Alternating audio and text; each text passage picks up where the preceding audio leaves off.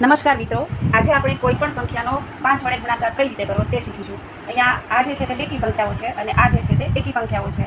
આપણે એક સહેલી રીતથી માત્ર થોડીક જ સેકન્ડોમાં 5 વડે ગુણાકાર કરી શકીએ.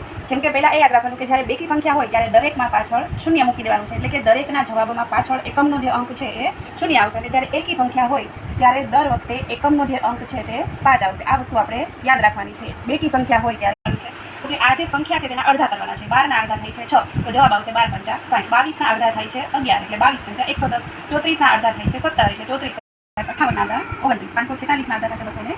816 8 ના અડધા 4 6 ના અડધા 3 8 ના અડધા 4 1000 ના અડધા 500, એટલે કે 1000 પંચા 5000 અને 88 ના અડધા 44. હવે જ્યારે એકી સંખ્યા હોય ત્યારે આપણે બેકી બનાવી દેવાની. કઈ રીતે? કે એક બાદ કરી દઈએ એટલે બેકી થઈ જશે. 14 14 ના અડધા 7 27 26 ના અડધા 13 125 છે તો 124 124 ના અડધા 62 221 છે તો 220 220 ના અડધા 110 327 છે તો 326 એના અડધા થશે 163 523 ના અડધા થશે 261 737 ના